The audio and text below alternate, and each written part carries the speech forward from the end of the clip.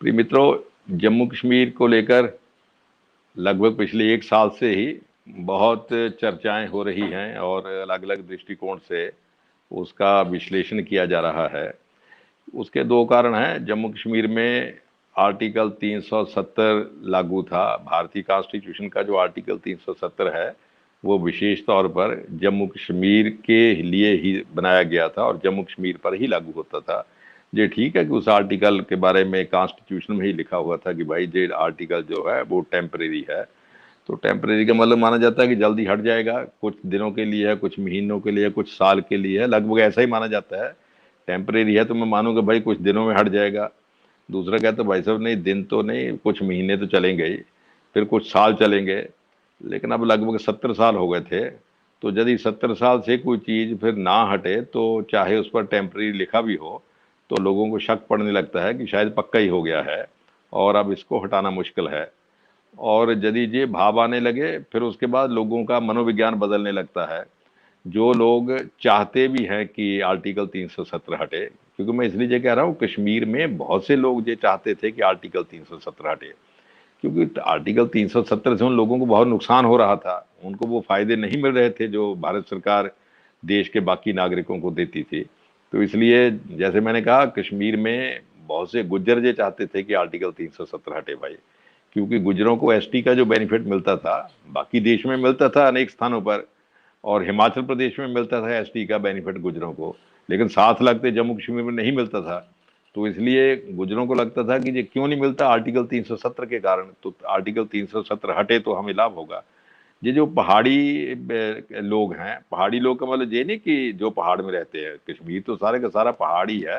तो इसलिए पहाड़ी का मतलब ये जो कश्मीर घाटी है उसके चारों ओर जो पर्वत श्रृंखलाएं हैं उसमें जो लोग रहते हैं उनको भी लगता था कि हमें एसटी का दर्जा दिया जाए और हमारे लिए रिजर्वेशन की जाए, कि घाटी में रहना सुविधाजनक है, पहाड़ में रहना थोड़ा सुविधाजनक है और वहाँ कठिनाइयाँ ज़्यादा हैं। उन लोगों की फिर भाषा भी अपनी विकसित हो गई थी, तो उसमें उन्होंने कहा कि इनको भी भाई एसटी का दर्जा दिया जाए, कुछ सुविधाएं दी जाएं। तो फिर आर्टिकल 370 रास्ते में बात आ जाती थी कि भाई साहब हम आपको एसटी का दर्जा नहीं दे सकते, एक्स्ट्रा कोई सुविधाएं नहीं दे सकते। क्यों नहीं दे सकते? जब बाकी देश में प्रचलित है तो हमें क्यों नहीं दे सकते? तो आर्टिकल 317 भाई आपको कैसे दे सकते हैं? यानी जो भी वहां की जनता को सुविधा देने के लिए कोई बात आती थी जो देश के बाकी हिस्सों में मिलती थी, तो उसका इसीलिए नहीं मिल सकती कि आर्टिकल 370 है। तो बहुत से लोग थे पूछते थे फिर आर्टिकल 370 का लाभ किसको हो रहा है भाई? गुजरों को भी नुकसान रहा। मैं कश्मीर घाटी की बात कर रहा हूँ, जम्मू की बात नहीं कर रहा। कश्मीर घाटी में आखिर आर्टिकल 370 का लाभ किसको है? तो गुजरों को नुकसान हो रहा है, पहाड़ी लोगों को नुकसान हो रहा है। और जो एक प्रकार से कहना चाहिए, जो कश्मीर में कश्मीर की जो भाषा है, कश्मीर की भाषा तो कश्मीरी है ना। जिस प्रकार जम्मू की भाषा डोगरी है, पंजाब की भाषा पंजाबी है, तमिलनाडु की भाषा तमिल है, तो कश्मीर घाटी की भाषा कौन सी है? कश्मीरी भाषा है और सभी लोग कश्मीरी बोलते हैं। लेकिन पंजाब में medium of instruction and examination Punjabi है, तमिलनाडु में तमिल है, और बंगाल में बंगाली है, असम में असमिया है। लेकिन जब कश्मीर घाटी की बात आती थी तो कश्मीर में कश्मीरी भाषा ना तो पढ़ाई जाती थी और ना ही वो सरकार के कामकाज की भाषा। तो छोड़िए, सरकारी कामकाज तो कश्मीरी में होने का प्रश्न ही पैदा नहीं होता। लेकिन कश्मीरी भाषा ना यूनिवर्सिटी में थी ना कॉलेज में थी। कुछ जिसको कहते हैं ना मर्रम पट्टी करने के लिए कश्मीर यूनिवर्सिटी में एक डिपार्टमेंट खोल रखा था, लेकिन उसमें स्टूडेंट नहीं आते थे। स्टूडेंट पूछते थे कि भाई आप हमारी भाषा कश्मीरी है उसको नीचे पढ़ाते नहीं, मीडियम आपने सब कक्षाओं में अंग्रेजी कंपल्सरी किया हुआ है, आपने कश्मीरी को मार दिया है। यदि 5-10 लोग कश्मीरी भाषा की एमए कर भी लेंगे तो नौकरी कहां मिलेगी? इसलिए इतना सिस्टेमेटिकली कश्मीरी भाषा को किल किया गया था कि जब लोग पूछते थे कि आप क्यों अलाउड नहीं करते कश्मीरी भाषा में पढ़ना, कहते उर्दू में पढ़ लीजिए। उर्दू में क्यों पढ़े भाई? उर्दू किसकी भाषा है? कश्मीरियों की भाषा कश्मीरी है, उर्दू का उससे कुछ लेना देना नहीं है। बल्तियों की भाषा बल्ती है, उसका कश्मीरी से कुछ लेना देना नहीं। डोगरों की भाषा डोगरी है, उसका कश्मीरी से अपने उर्दू से कुछ लेना देना नहीं। लेकिन नहीं भाई साहब, आप उर्दू में पढ़ लीजिए, वो हम अलाउड कर देंगे, उर्दू पढ़िए। तो क्यों पढ़िए? क्योंकि उर्दू राजभाषा है। तो लोगों ने पूछा कि जम्मू कश्मीर की राजभाषा उर्दू कैसे बन सकती है?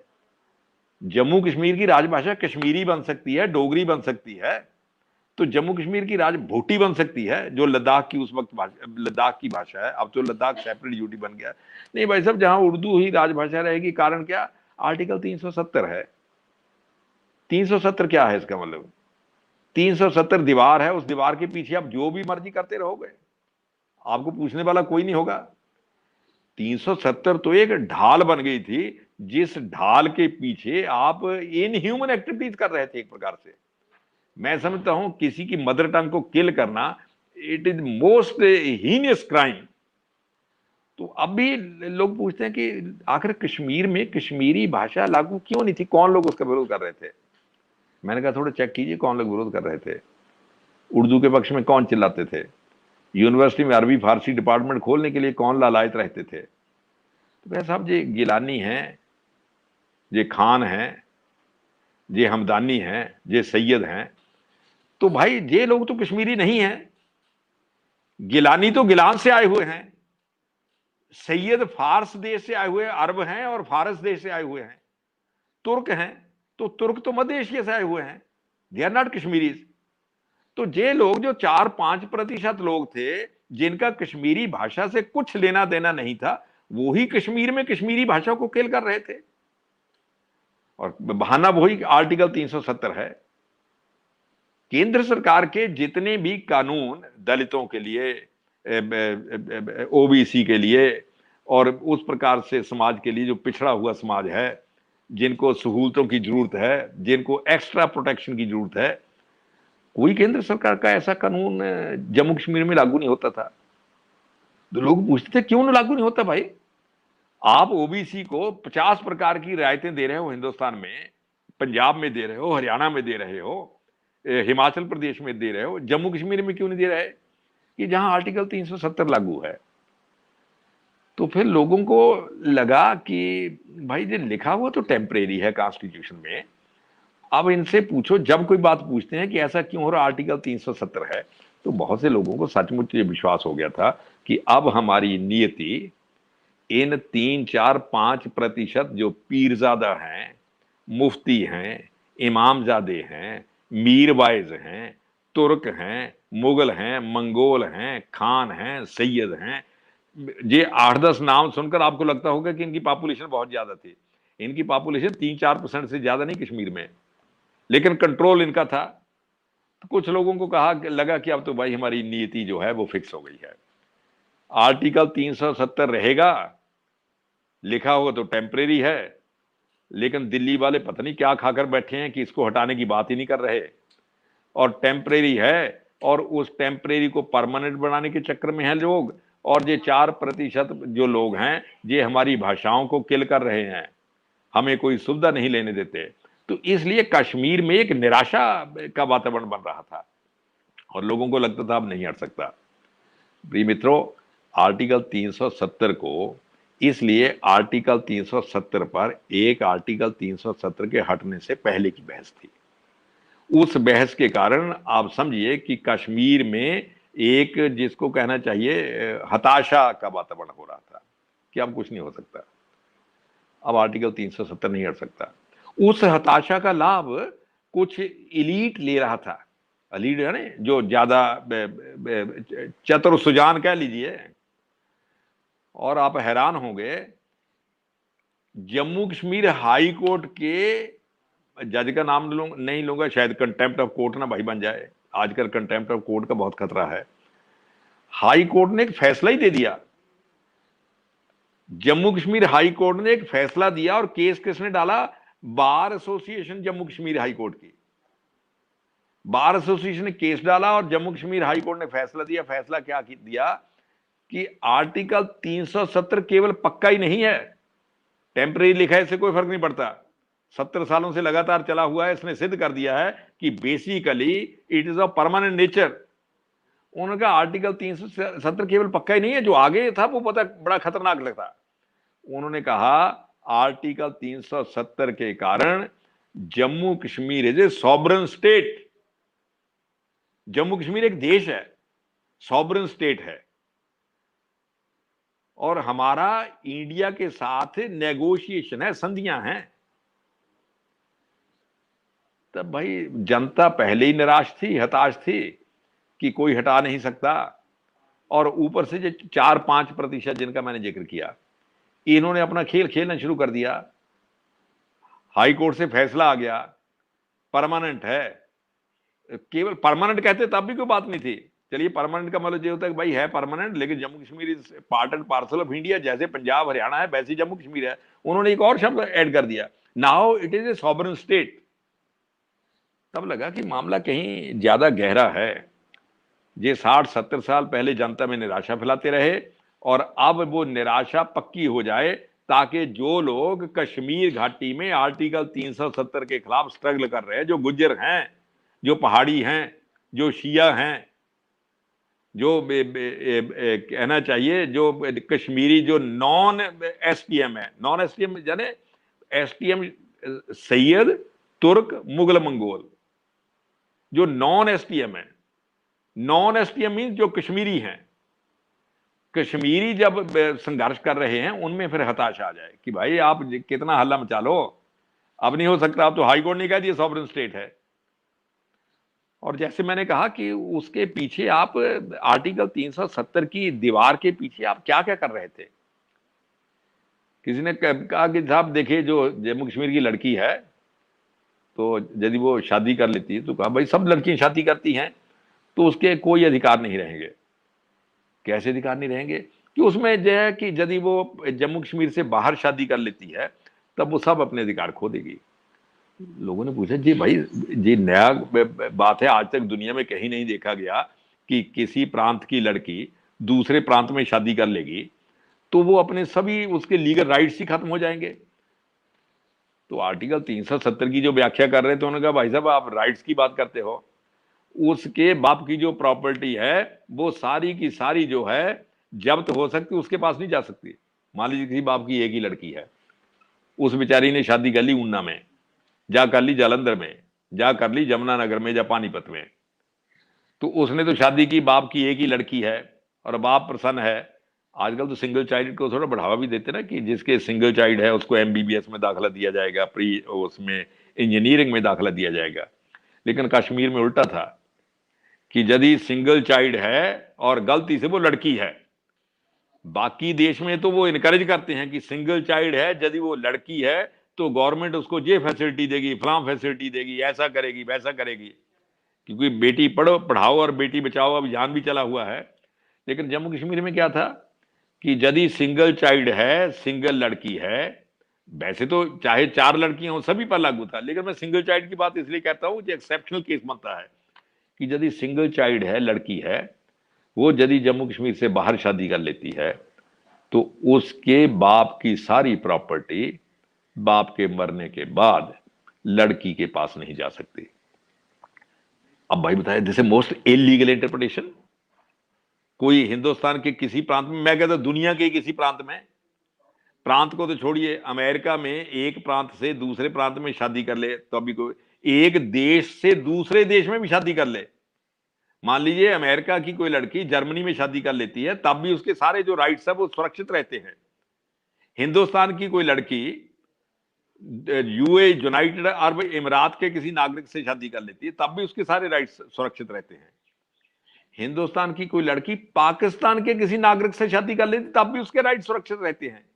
लेकिन उनका नहीं भाई साहब, जम्मू कश्मीर की लड़की यदि किसी दूसरे प्रांत के लड़के से शादी कर लेगी, उसके राइट सुरक्षित नहीं रहेंगे। इस एटीट्यूड को आप क्या कहेंगे? जब कहा भाई साहब ऐसा तो नहीं हो सकता, ऐसे हाउ इट इज पॉसिबल, उनका पॉसिबल क्यों नहीं? आर्टिकल 370 है, आर्टिकल 370 ढाल बनी हुई है, उसके पीछे आप जो मर्जी करिए। आप हैरान होंगे, लोग सुप्रीम कोर्ट तक में गए, सुप्रीम कोर्ट ने कहा कि है तो बहुत गलत, लेकिन हम कर कुछ नहीं सकते क्योंकि आर्टिकल 370 है। फिर उसमें थोड़ा संशोधन किया कि थोड़ा रियायत दी कि साहब लड़की को अधिकार मिल जाएंगे लेकिन उसके बच्चों को नहीं मिलेंगे। तो उनके भाई साहब जी आपने क्या दिया? किसी बाप की एक ही लड़की है, उसकी लड़की की शादी हो गई जालंधर में या दिल्ली में, तो बाप की डेथ हुई तो प्रॉपर्टी लड़की को मिल गई, लेकिन प्रॉपर्टी तो जम्मू कश्मीर में ही है। अब लड़की की डेथ के बाद उसके बच्चों को नहीं मिल सकती है प्रॉपर्टी, फिर वहीं की वहीं खत्म हो जाएगी। तो ये तो आप एक हाथ से दो दूसरे हाथ से लो, रीजन वही आर्टिकल 370 है। तो ये मैं इसलिए कह रहा हूं कि भाई आर्टिकल 370 जो था वो पूरे जम्मू कश्मीर का दम घोंट रहा था। उसी कारण था कि लद्दाख के लोग तो चिल्लाते थे भाई आप अपना जो करना हो करते रहिए, आप अपनी लड़कियों को मार दो, चाहे इनको इनके राइट्स छीन लो, we have nothing to do with that, लेकिन आप हमारा पीछे छोड़िए, हमें इस नर्क से निकालिए और हमारे लिए अलग से यूटी बना दीजिए। लद्दाख बुद्धिस्ट एसोसिएशन पिछले लगभग 60 सालों से देवर स्ट्रगलिंग फॉर यूनियन टेरिटरी कि हमें जम्मू कश्मीर से हमारा छुटकारा दिलवाइए, हमें अलग कर दीजिए। आप अपनी लड़कियों पर अत्याचार करिए कि इसकी शादी जलंधर में हो जाएगी तो इसको राइट्स नहीं मिलेंगे, आप अपने एसटी को मारिए कि उसको कोई राइट नहीं देंगे, आप अपने ओबीसी के साथ जो करना करिए, आप दलितों के साथ जो करना करिए, लेकिन आप हमारा पीछे छोड़िए, हमें इस नर्क से निकालिए। 60-70 साल से वो स्ट्रगल कर रहे थे एलबीए वाले, लद्दाख बुद्धिस्ट एसोसिएशन वाले। वो इतने फ्रस्ट्रेटेड थे कि शुरू में तो उन्होंने एक रेजोल्यूशन पास कर दिया था, अब बहुत कम लोग जानते हैं उस रेजोल्यूशन के बारे में।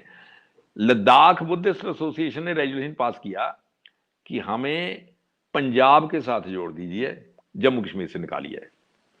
ये आर्टिकल 370 जो जम्मू कश्मीर में लगा हुआ है, इसके कांटे हमें चुभ रहे हैं, आप हमारा पीछे छोड़िए, पंजाब से जोड़ दीजिए। लोगों ने कहा भाई बाकी तो बात आपकी ठीक है, जम्मू कश्मीर से निकालिए, लेकिन पंजाब से आपको कैसे जोड़ सकते हैं?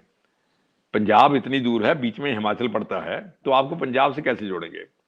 ये तब की बात है जब अभी 66 के पहले की बात है, 66 से पहले की बात है, अभी पंजाब रीऑर्गेनाइजेशन एक्ट पास नहीं हुआ था। उन्होंने कहा देखिए जो लाहौल स्पीति जो पंजाब में है, उन दिनों लाहौल स्पीति पंजाब में था, तो हमारी सीमा लाहौल स्पीति के साथ लगती है, हमें पंजाब में जोड़ दीजिए। ये मैं इसलिए कथा सुना रहा हूं भाई कि लोग कितने, एक प्रकार से कहना चाहिए ओप्रेस्ड थे। आर्टिकल 370 से लोग कितने ओप्रेस्ड थे कि उसके कारण लोग जम्मू कश्मीर को ही छोड़ने को तैयार थे, वो उसका हिस्सा ही नहीं बनना चाहते थे।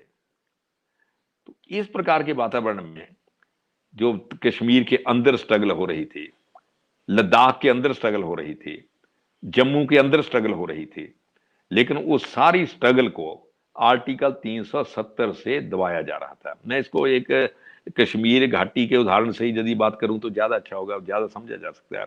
कश्मीर की हिस्ट्री में आता ना कि जब वो सतीसर जो था तालाब था, उसमें जलोदभव रहता था। यदि श्रोता दिल्ली के ज्यादा हैं तो उनको शायद क्लियर ना हो, ये कश्मीर की हिस्ट्री का जो पहला चैप्टर शुरू होता है वो यहीं से शुरू होता है कि कश्मीर घाटी जो थी पहले बहुत बड़ा जो लेक थी, तालाब था, चश्मा था, जो कुछ जो मर्जी कहिए, तो उसमें बहुत पानी था और उस पानी के भीतर जलोदभव नाम का एक राक्षस रहता था। तो उस राक्षस को जे वरदान था कि उसको कोई नहीं मार सकता। तो जे महर्षि कश्यप ने पानी सोख लिया और लेक जो थी खत्म हुई और जमीन निकली, लेकिन जब वो जलोदभव को कौन मारे भाई, उसको तो कोई मार नहीं सकता। तो भगवान ने क्या किया, एक चिड़िया, हारी कश्मीरी भाषा में चिड़िया को कहते हैं, तो उसने एक पत्थर अपनी चोंच में उठाया और वो तालाब को जो सतीसर था, वो लेक थी, उसके ऊपर उड़कर जहां जलोदभव पानी में बैठा था, उसने वो पत्थर जो था, छोटा पत्थर था क्योंकि उसकी चोंच में छोटे ही पत्थर आ सकता था, उसने ऊपर से गिरा दिया। वो जैसे ही पत्थर नीचे को आने लगा तो नीचे आता था, बढ़ता गया बढ़ता गया बढ़ता गया, और जब राक्षस पर पड़ा तो उस राक्षस को उसने पूरी तरह दबा लिया और मार दिया। जी आर्टिकल 370 जब 1950 में कॉन्स्टिट्यूशन में लागू किया गया, तब कहा गया कि ये टेम्परेरी है भाई साहब, हट जाएगा, जल्दी हट जाएगा, आप घबराने की जरूरत नहीं है, ये कुछ दिनों के लिए है, ये थोड़ा वातावरण ठीक होगा तो हट जाएगा।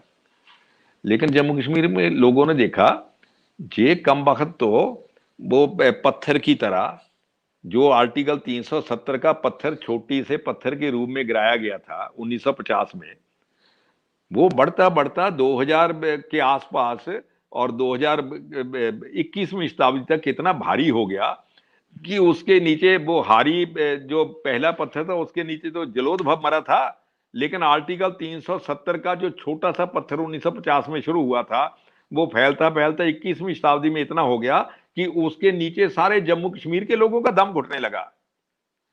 लेकिन उस पत्थर को हटाए कौन? आर्टिकल 370 को हटाए कौन? लोगों को विश्वास था अब नहीं हो सकता, मरेंगे, अब हमारा भाग्य ही यही है। तो प्रिय मित्रों, ये 2019 में 5 अगस्त को भारत सरकार ने निर्णय किया कि ये पत्थर इस पर हटाया जाएगा। जो लोग नीचे दबे हुए हैं कम से कम उनको तो निकाला जाए। ये जो आर्टिकल 370 के बहाने जो हो रहा है सारा ड्रामा, इसको तो खत्म किया जाए। तो सबसे पहले तो लद्दाख वालों की मांग को स्वीकार करके कि भाई आप इस पत्थर के इस कांटों से मुक्त होइए, यूटी बनाया गया। और फिर आर्टिकल 370 को कॉन्स्टिट्यूशन में से निरस्त करके उसकी जो फॉर्मुलेशन था उसको चेंज करके आर्टिकल 370 के दुष्प्रभावों को खत्म किया गया। और उससे 1950 से जो वातावरण बना हुआ था उसमें धीरे धीरे चेतना आनी शुरू हुई। लोग प्रसन्न होने शुरू हुए कि ठीक हो गया, अब धीरे धीरे फिर विकास की गति बढ़ेगी। और एक और ध्यान में रखिए, बाकी जितने हिंदुस्तान के राज्य थे 70 साल में उनमें तो विकास बहुत हुआ, लेकिन जम्मू कश्मीर में विकास के नाम पर जीरो, विकास के नाम पर जाने कुछ नहीं, तो पैसा बहुत आता था। जो लोग कहते ना पैसा बहुत है, लेकिन वो पैसा जाता कहां था? जब जांच होती थी तो पता चलता था कि भाई पैसा जाएगा कहां। वो 50-100 परिवार हैं, उनके रिश्तेदारों में खा पी जाते थे आपस में। तो फिर लोग पूछते भाई साहब खा पी जाते थे, कमाल है, सेंट्रल सरकार पैसा भेजती थी तो ये कैग है कुछ और 50 प्रकार की ऑर्गेनाइजेशन चेक नहीं करती थी। फिर वही आर्टिकल 370 है, आप पूछ नहीं सकते पैसा कहां गया। सड़क बनी कि नहीं बनी पूछ नहीं सकते, पुल बना कि नहीं बना पूछ नहीं सकते। अभी जम्मू कश्मीर बैंक का जो घोटाला पकड़ा गया है, भले मानसों ने सारे अपने ही रिश्तेदार उसमें भर्ती कर दिए, लोन अपने लोगों को दे दिया, और लोन वो दिया जिसके बारे में पहले ही पता था वापस नहीं आएगा। जनता का पैसा अपने चाचा ताया भुआ को सबको लुटा दिया। अब जब इंक्वायरी हुई, देखो जम्मू कश्मीर का जो बैंक है उसका पीछे जो चेयरमैन था, जो हेड था, उसको पुलिस ने अरेस्ट कर लिया। तब आया कि अब तो भाई तूफान खड़ा हो जाएगा, कश्मीर में तो आग लग जाएगी कि ये तो बैंक के चेयरमैन को अरेस्ट कर लिया, ये तो कश्मीर के अधिकारों पर छापा है। आप जब उन दिनों जम्मू कश्मीर में जाकर यदि जिसको कहते हैं ना कि ग्राउंड लेवल से डाटा इकट्ठा करते, प्राइमरी डाटा, जितने कश्मीर के लोग प्रसन्न थे उतना शायद कोई नहीं था। कश्मीर के लोग कहते अब इन कम वक्तों को पता चला जो आज तक हमें चूसते थे, हमारा पैसा खा जाते थे, विकास का पैसा खा जाते थे, बैंक का पैसा खा जाते थे, अब इनको पता चलेगा। अब जब पकड़े गए हैं तब इनकी पता इनका चलेगा, इनको पता चलेगा किस भाव बिकती है।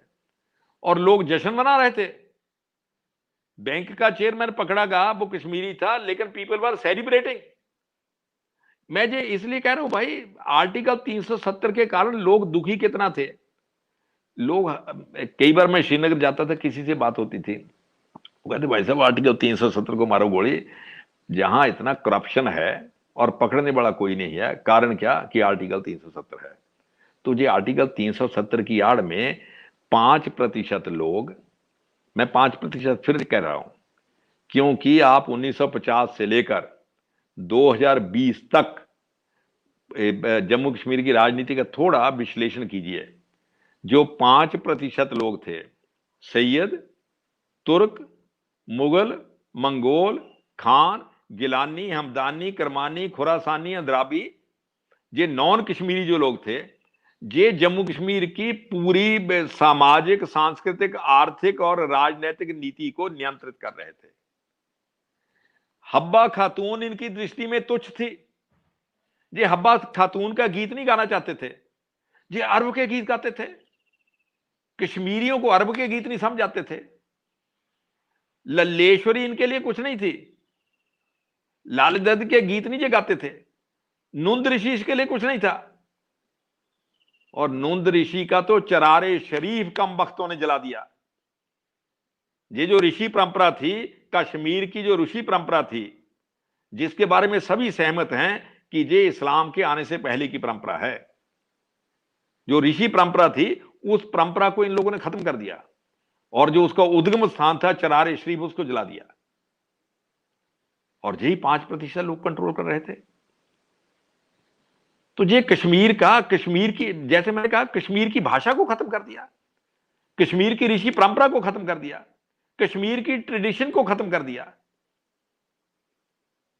प्रिय मित्रों, ये आर्टिकल 370 के बहाने कश्मीर के देवदार और चिनार में अरब के खजूर पैदा करना चाहते थे। क्या कश्मीर में जो केसर की भूमि है, जो केसर क्यारी है, क्या वहां खजूर तो पैदा हो सकता है क्या? लेकिन दे वर डूइंग एक्सपेरिमेंट, वो लगे हुए थे, और 5% लोग, कश्मीरी लोग हताश होने लगे थे कि अब कुछ नहीं हो सकता। तो आर्टिकल 370 हटने से आम कश्मीरी जो है, वो कश्मीरी ये फील कर रहा है कि अब हमें पहली बार मुक्ति मिली है। अब कश्मीरी ही कश्मीर की भाग्य रेखा को नियंत्रित कर सकता है। लेकिन ऐसा नहीं कि इन्होंने प्रयास बंद कर दिए, ऐसा नहीं है। डेमोक्रेसी में चुनाव सबसे बड़ी चीज होती है, जिससे पब्लिक के जो कहना चाहिए पब्लिक क्या चाहती है इसका पता चलता है।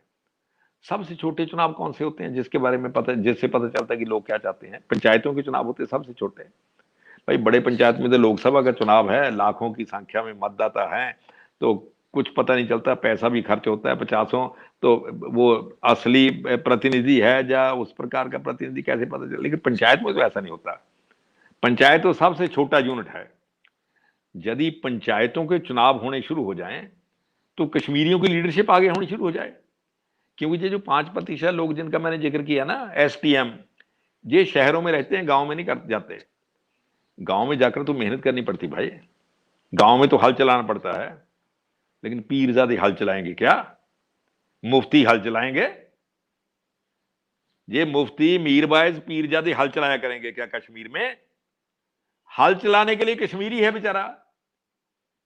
यमराज और कामराज का बेचारा कश्मीरी, चाहे वो हिंदू है चाहे मुसलमान है, वो हल चलाता है।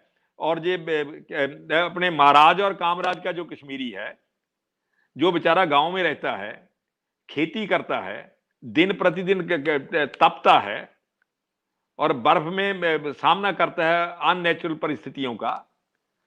तो ये जो यमराज में रहते हैं, कश्मीर श्रीनगर को यमराज कहते हैं, जो यमराज में रहते हैं, ये ज्यादा STM के लोग वहीं रहते हैं यमराज में। तो ये जाकर, आपको लगता है कि जाकर गांव में जाकर खेती करेंगे क्या? आम कश्मीरी जो कहते हैं ना कि मुगलों के वक्त में, अफगानों के वक्त में बेगार प्रथा बहुत थी। बेगार प्रथा का मतलब ये होता था कि गांव के लोगों को पकड़ लेते थे, जो अफगानी राजा थे और मुगल राजा थे, उनके सामान एक जगह से दूसरी जगह लेके जाए, भाई वो गांव के कश्मीरी को पकड़ो, उसकी पीठ पर ला दो सामान, और उसको देते कुछ नहीं थे, रोटी खाने के लिए देते तो बड़ी बात है। तो इन 5% ने वो बेगार प्रथा ही लगभग इनडायरेक्टली चालू की हुई थी। गांव बड़ा कश्मीरी खप रहा है, चाहे वो हिंदू है, मुसलमान है, तराल का सिख है, वो खप रहा है, और ये यमराज बड़ा डटा हुआ है। तो अब देखिए, यदि पंचायतों के चुनाव हो जाते हैं तो ये 5% STM तो उड़ जाएंगे, क्योंकि पॉपुलेशन तो गांव में कश्मीरियों की है। ये STM जो है, सैयद, तुर्क, मुगल, मंगोल, ये तो शहरों में बसते हैं और जब मस्जिदों में बैठकर कश्मीरियों को डराते रहते हैं, ये खौफ, खुदा के खौफ से डरो, खुदा का खौफ हो गया तो मारो जाओगे। वो कहते भाई साहब, खुदा का खौफ तो ठीक है, वो तो अच्छी बात है, लेकिन खेती करते हैं, मेहनत करते हैं, हम पर खौफ क्यों होगा? खौफ तो आप पर होगा जो बिना मेहनत के खाते हो, हम पर तो खुदा प्रसन्न होगा। लेकिन डराते हैं, और वो बेचारा आम कश्मीरी डरता है। तो भाई, ये जो पंचायतों के चुनाव हैं, इससे कश्मीर का असली लीडरशिप डेवलप होती है। लेकिन आप हैरान होंगे, जब पिछले दिनों सरकार ने कहा कि इस बार हम पंचायतों के चुनाव करवाएंगे ताकि असली लीडरशिप सामने आ जाए, तो ये सब इकट्ठे हो गए। क्या नेशनल कॉन्फ्रेंस, क्या PDP, ये अपने मुफ्तियों की है ना, पब्लिक क्या नाम उसका, पीपल्स डेमोक्रेटिक पार्टी, PDP जिसका नाम रखा हुआ है। तो क्या PDP, क्या नेशनल कॉन्फ्रेंस, कुर्सी के लिए आपस में लड़ते हैं। लेकिन फिर दोनों को लगा होगा कि भाई हम लड़ते रहेंगे और नीचे से असली कश्मीर उभर कर आ जाएगा। इसलिए इसको रोको। लेकिन रोकें कैसे? अब लोगों को कहते हैं भाई वोट मत डालो, तो लोग तो डालेंगे। तो फिर आतंकवादियों को बुलाओ, बंदूक लेकर 4 बार घूमे, जरा बता देंगे कि भाई किसी ने वोट डाली तो गोली मार देंगे। टेरर से आदमी डरता है, आम आदमी भाई टेरर से डरेगा ये?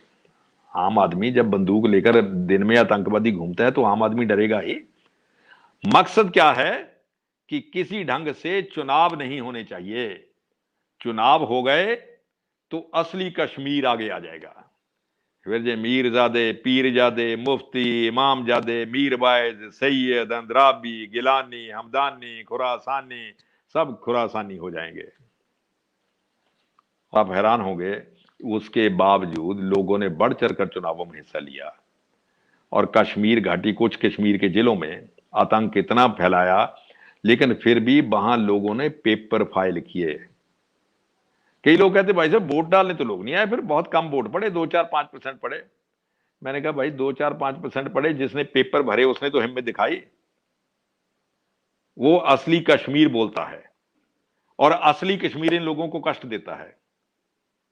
असली कश्मीर से जो लोग डरते हैं। लेकिन जो शेख अब्दुल्ला परिवार तो कश्मीरी है, जे क्यों विरोध करते हैं? पीडीपी वालों को हम मानते हैं कि भाई ये सैयद लोग, मुफ्ती लोग हैं, इनका कश्मीरी भाषा से और कश्मीर से उतना ही संबंध है जितना होना चाहिए। इनको तो लगता है यदि कश्मीरी बोलने लगे तो हमें कौन पूछेगा। ये शेख साहब इतना क्यों घबराते हैं? शेख मोहम्मद अब्दुल्ला तो कश्मीरी परिवार है। प्रिय मित्रों, सत्ता के लिए ये एसपीएम से समझौता करके बैठे हैं। इनको भी पता है यदि चुनाव हो गए, 70 सालों में इन लोगों ने कश्मीर का जो हशर किया है, कश्मीर के लोग इनको सबक सिखाने के लिए तैयार हैं। इसलिए इनको लगता है चुनाव नहीं होना चाहिए और जो मर्जी हो जाए। डेमोक्रेसी में चुनाव मस्ट है और ये कहते चुनाव नहीं होना चाहिए। अब हैरान होंगे, कश्मीर में पंचायतों के चुनाव लगभग 30 साल बाद हुए। ये जो पीछे चुनाव हुए 1 साल पहले, वो 30 साल बाद हुए। तो ये जो कश्मीर के अपने आप को प्रतिनिधि कहते हैं, ये किसको प्रतिनिधित्व करते थे, किसका करते थे? पंचायतों के चुनाव हुए, नगर पालिकाओं के चुनाव हुए, और ब्लॉक समितियों के चुनाव हुए। पहली बार कश्मीर में असली कश्मीरी उसका प्रतिनिधित्व हुआ। और ये बहुत बड़ा एक्सपेरिमेंट जो था, प्रिय मित्रों, ये एक्सपेरिमेंट जनता की आकांक्षाओं का प्रतिनिधित्व करता था। लेकिन संकट अभी ऐसा नहीं कि वो टल गया है, अभी लड़ाई जारी है। जो एंटी कश्मीरी हैं और जो कश्मीरी हैं, उनमें लड़ाई जारी है। जो कश्मीर की आवाज को दबाना चाहते हैं, उन्होंने अब पंचों को मारना शुरू कर दिया, गोली मारनी शुरू कर दी है कि भाई तुम्हारी इतनी हिम्मत, तुम गांव में रहते हो और तुम्हारी इतनी हिम्मत कि हमारे खिलाफ खड़े होते हो। कई पंच उन्होंने मार दिए, कई सरपंच मार दिए। ये जो मार रहे हैं, ये कौन है? जो मर रहे वो कौन है? जो मर रहे वो कश्मीरी हैं। जो मार रहे हैं, या तो वो बाहर से आए हुए आतंकवादी हैं, या फिर बाहर के आतंकवादियों का हाथ ठोका, जिसको पंजाबी में कहते हैं। कश्मीर के ही कुछ लोग उन आतंकवादियों का हाथ ठोका बने हुए हैं। जयचंदों की कमी तो हिंदुस्तान में कभी नहीं रही। बाबा साहब अम्बेडकर यही कहते थे बार बार, इस देश को सबसे बड़ा संकट जयचंदों से है। कॉन्स्टिट्यूशन असेंबली में उन्होंने जो लास्ट भाषण किया था, उसको यही था। वो कहते थे मुझे चिंता है, जयचंद पीछा नहीं छोड़ेंगे। अब कश्मीर घाटी में जो बंदूक लेकर एसपीएम के कहने पर या विदेशी आतंकवादियों के कहने पर जो बंदूक लेकर कश्मीरी घूम रहे हैं,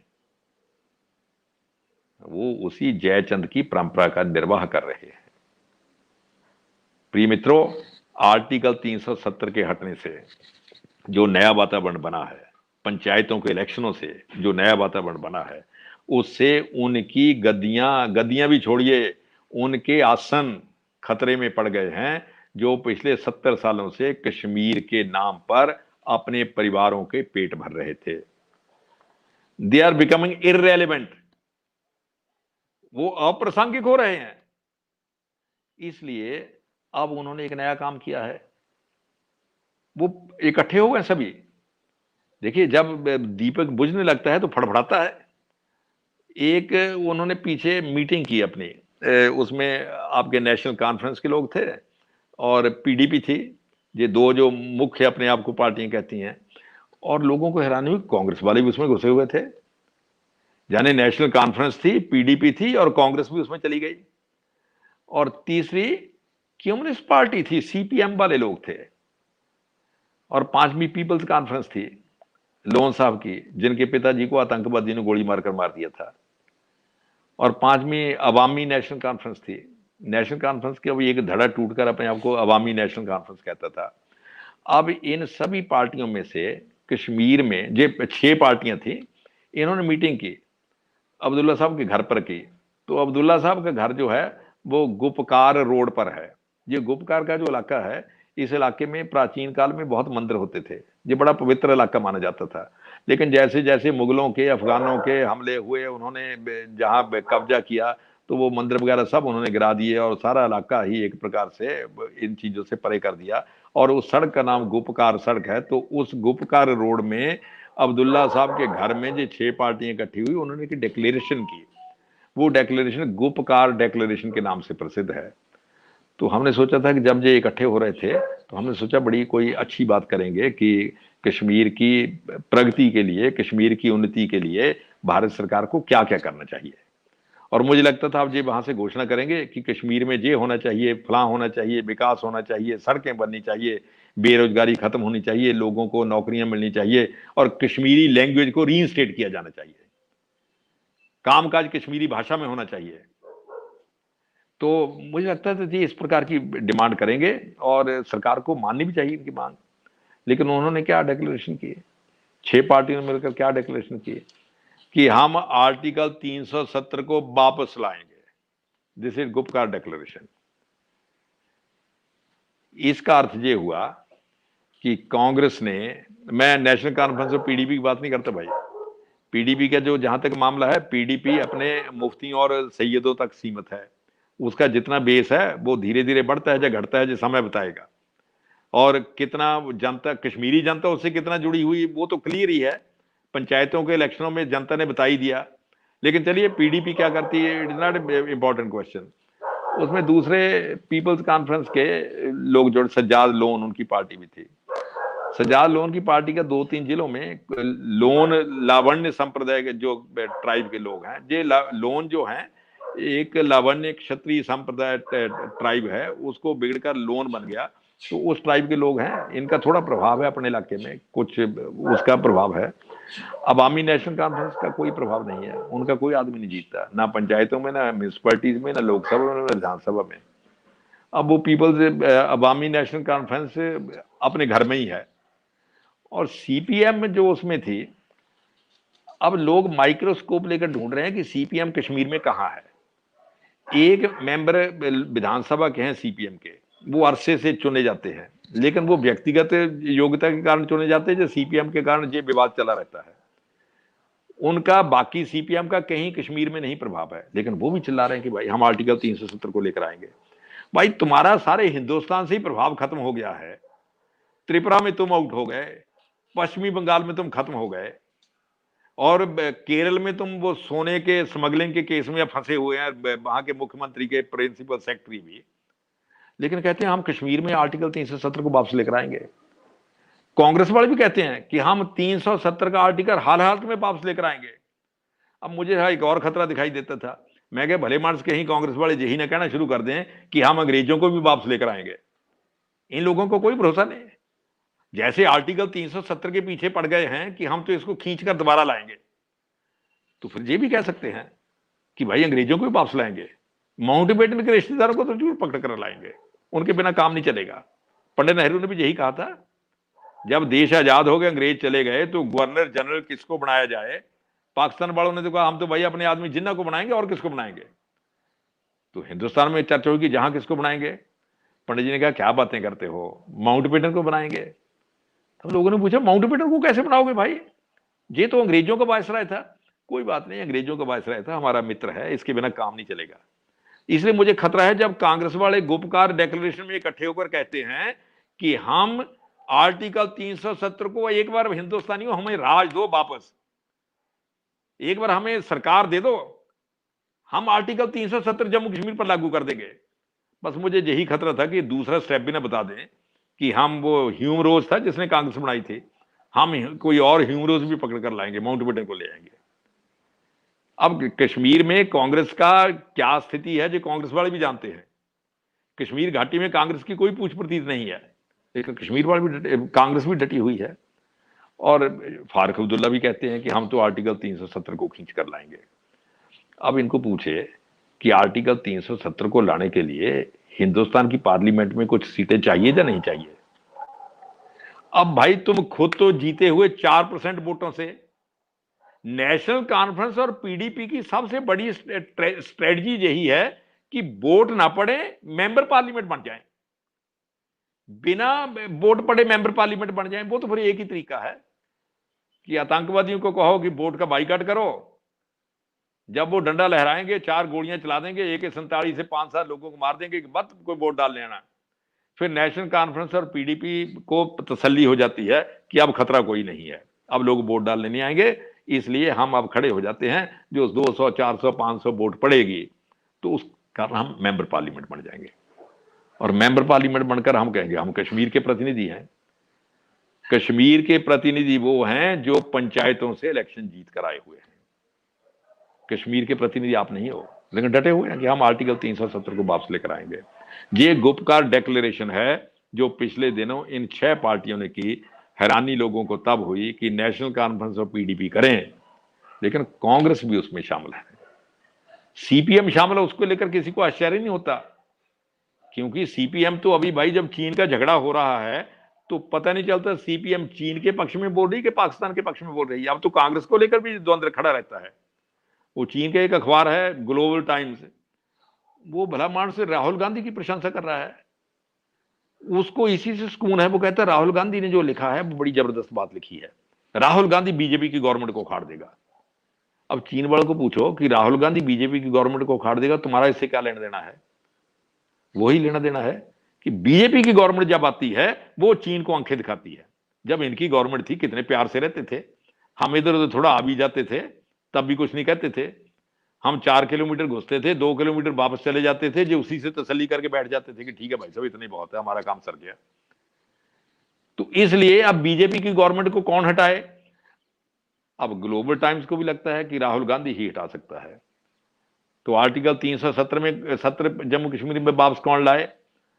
अब नेशनल कॉन्फ्रेंस वालों को भी लगता होगा भाई, ये सैयदों को भी, मुफ्ती साहब को भी, मुफ्ती की बेटी को भी लगता होगा कि यही ला सकते हैं, कांग्रेस वाले ला सकते हैं। तो अब कांग्रेस को इसीलिए शायद वहां निमंत्रित किया गया होगा कि भाई साहब आर्टिकल 370 हम तो ला नहीं सकते, क्योंकि हमारी तो यदि जीते 4-5 सीटें जीत भी जाएं तो उससे तो आर्टिकल 370 वापस नहीं ना आएगा। आर्टिकल 370 के लिए तो 300 सीटें चाहिए पार्लियामेंट में। तो आप लोग आगे बढ़ो, आप लोग हमारा जो आर्टिकल 370 वापस ला कर दो। प्रिय मित्रों, मैं समझता हूं ये गुपकार डेक्लेरेशन जो है ये कश्मीर में उन परिवारों की फ्रस्ट्रेशन को बोलती है जिन परिवारों ने आर्टिकल 370 के बहाने आज तक जम्मू कश्मीर को लूटा है। और सबसे बड़ा दुर्भाग्य जो मैं समझता हूं, उस षड्यंत्र में कांग्रेस भी शामिल हो गई है। गुपकार डेक्लेरेशन में कांग्रेस ने भी सिग्नेचर किया है, वो भी आर्टिकल 370 को जम्मू कश्मीर में वापस लाना चाहते हैं। मैं समझता हूं आज पूरे देश को, एकेडमिशियंस को खास करके, इस बात पर बहस करनी चाहिए कि आर्टिकल 370 को जो लोग वापस लाना चाहते हैं वो क्यों लाना चाहते हैं। पाकिस्तान भी वापस लाना चाहता है। पाकिस्तान ने तो संघर्ष, इमरान खान ने तो घोषणा ही कर रखी है कि आर्टिकल 370 से तो बहुत गड़बड़ हो गई है। वो तो कश्मीर डे मनाते हैं कि आर्टिकल 370 हर हालत में वापस आना चाहिए। और चीन भी यही कहता है। आर्टिकल 370 हटने से लद्दाख अलग हो गया है, यूटी बन गया है, और लद्दाख में और डेवलपमेंट शुरू हो गई है। पहले तो कश्मीर वाले खा जाते थे ना भाई, प्रशासन कश्मीर सेंटर का होता था, करोड़ों आता था, कश्मीर में खपत हो जाता था, कुछ सड़क पर भी लगता था, कुछ जेब में भी जाता था। अब लद्दाख अलग हो गया, यूटी बन गया, उसका बजट अलग आएगा। बजट अलग रहा है तो सड़कें बन रही हैं, सड़कें तिब्बत की सीमा के आसपास भी बन रही हैं, सड़कें गलवान घाटी के आसपास भी बन रही हैं, सड़कें पूरी तिब्बत की सीमा के साथ साथ भी बन रही हैं। और टनल बन रहे हैं। चीन जानता है कि भाई सड़कें बन गई तो लड़ाई सख्त हो जाएगी। जो हम आज 3 किलोमीटर आते थे, 2 किलोमीटर वापस चले जाते थे, वो ड्रामा खत्म हो जाएगा। तो चीन को लगता है जी कैसे हुआ? आर्टिकल 370 के कारण। ना आर्टिकल 370 हटता, ना लद्दाख की डेवलपमेंट होती और ना हमें टेंशन होती। तो चीन भी चाहता आर्टिकल 370 वापस आए, पाकिस्तान भी चाहता आर्टिकल 370 वापस आए। मैं पीडीपी और नेशनल कॉन्फ्रेंस की बात नहीं करता, दे आर इमैटीरियल, और अवामी नेशनल कॉन्फ्रेंस की बात नहीं करता, वो बात करने उनको सम्मान देना है। और सीपीएम की बात करना, तो मैं कहता हूं इस मामले में सीपीएम की चर्चा करना तो बिल्कुल ही बेकार है। केवल मैं कांग्रेस की चर्चा करता हूं। कांग्रेस भी चाहती है आर्टिकल 370 वापस आए। इन तीनों का क्या कोई साझा इंटरेस्ट है भाई? तीनों का कोई आपस में ऐसा इंटरेस्ट है जो इंटरेस्ट इन तीनों को आपस में बांधता है? अभी एक तो शायद पीछे उस ध्यान में आया है, जिसकी कोर्ट में, सुप्रीम कोर्ट में किसी ने पीआईएल भी डाल दी थी। उन्होंने कहा भाई साहब एक बात ध्यान में आई है जी, जो कांग्रेस पार्टी है, इन्होंने कोई, कांग्रेस पार्टी ने चीन के साथ कोई एमओयू साइन कर लिया है। चीन के साथ एमओयू साइन कर लिया है तो एक पॉलिटिकल पार्टी दूसरे देश के साथ एमओयू साइन कैसे कर सकती है? क्योंकि उनका चीन में तो देश का मतलब कम्युनिस्ट पार्टी ऑफ चाइना ही है। क्योंकि क्यों ये आर्मी भी जो पीएलए है, तो PLA is not army of China, PLA is army of communist party of China. तो वहां कम्युनिस्ट पार्टी ऑफ चाइना ही देश है। तो इन्होंने, कांग्रेस वालों ने उनके साथ एक कोई एमओयू किया हुआ है। अब वो लोग चिल्ला रहे हैं कि भाई उसको थोड़ा आउट किया जाए तो पता तो चले क्या आप लोगों ने कर लिया। अभी वो आउट नहीं हो रहा। तो एक फिर और नई बात पता चल गई भाई, कि ये जो राजीव गांधी फाउंडेशन बनाया हुआ है, जिसमें पूरा परिवार ही एक प्रकार से मालिक है, ये चीन वालों ने इनको भी पैसा दिया हुआ है। तो अब भाई एक मामला थोड़ा टेढ़ा होता जा रहा है कि चीन भी आर्टिकल 370 चाहता है, पाकिस्तान भी आर्टिकल 370 चाहता है, और इधर हमारे हिंदुस्तान में कांग्रेस भी डटी हुई है। गुप्तकार डिक्लेरेशन में कांग्रेस भी कहती है कि हमें पावर दे दो, हम आर्टिकल 370 ले आएंगे। ये जो कनेक्शन है, इसको कहीं ना कहीं इसका भी अध्ययन करना चाहिए। गुप्तकार डिक्लेरेशन पर बात करते हुए इस कनेक्शन को भी ध्यान में रखना चाहिए। यदि ये एक्सपोज हो जाए, वो जो एमओयू है वो ही कहीं उसकी एक्सपोज हो जाए क्या है, तो शायद और भी रहस्य थोड़े खुलेंगे।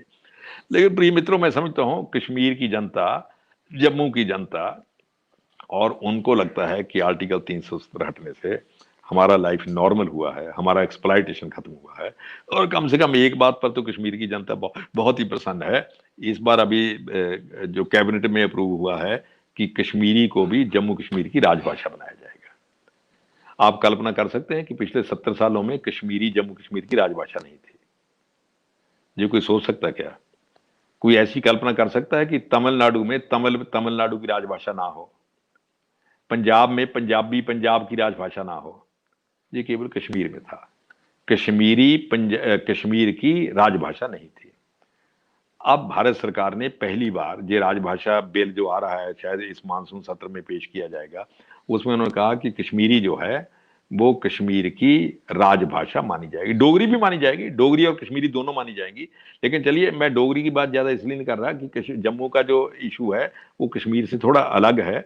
जम्मू में एसटीएम का कंट्रोल नहीं है, ये कश्मीर घाटी में एसटीएम का कंट्रोल है, और इसीलिए कश्मीरी भाषा को किल किया गया है। अब भारत सरकार ने पहली बार कहा कि भाई कश्मीरी जहां की राजभाषा होगी। तो कश्मीर के लोगों को पहली बार लगा कि हमारी भाषा को राजभाषा हमारे प्रदेश में बनाया गया है। नहीं तो आर्टिकल 370 ने कश्मीरी को चबा लिया था, कश्मीरी को मार दिया था, और कश्मीरी भाषा की लिपि को खा गए। कश्मीरी भाषा की लिपि शारदा लिपि है। जब भाषा समिति बनी थी शेख अब्दुल्ला के टाइम में भी, तब भी वहां कुछ कश्मीरियों ने कहा था, वो कश्मीरी मुसलमान थे। मैं मजहब की बात नहीं करता। जब मैं कश्मीर की बात करता हूं, it is not a question of religion कि उनका मजहब क्या है, वो हिंदू है या सिख है या मुसलमान है। मजहब का क्वेश्चन नहीं, कश्मीरी इज कश्मीरी। तो तब कुछ उन कश्मीरियों ने जिनका मजहब मुसलमान था, इस्लाम था, उन्होंने कहा कि भाई साहब कश्मीरी भाषा को शारदा स्क्रिप्ट में लिखना चाहिए। वो नेचुरल स्क्रिप्ट है कश्मीरी की। उस भाषा में यदि, उस स्क्रिप्ट में यदि कश्मीरी लिखी जाती है तो उसको पढ़ा जा सकता है क्या लिखा हुआ है। लेकिन आप ये जो अरबी फारसी स्क्रिप्ट में लिखते हो, तो ये तो स्क्रिप्ट अनसाइंटिफिक है। रोमन स्क्रिप्ट की तरह ये भी अनसाइंटिफिक है। इसमें लिखा कुछ और जाता है, पढ़ा कुछ और जाता है। तो इसलिए इसको शारदा स्क्रिप्ट में लिखा जाए। लेकिन जी एसटीएम वाला शेख अब्दुल्ला भी उन दिनों एसटीएम के चक्र में आ गए थे। उनका नहीं, ये फारसी में लिखी जाएगी, कश्मीरी भाषा फारसी में लिखी जाएगी। तब लोगों ने कहा चलिए भाई आप फारसी में लिखो चाहे अरबी में लिखो, हमें कोई फर्क नहीं पड़ता, पर कश्मीरी को राजभाषा तो बना दीजिए। उन्होंने ये नहीं हो सकता, कश्मीरी राजभाषा नहीं बनेगी। राजभाषा कौन सी बनेगी? उर्दू और अंग्रेजी बनेगी।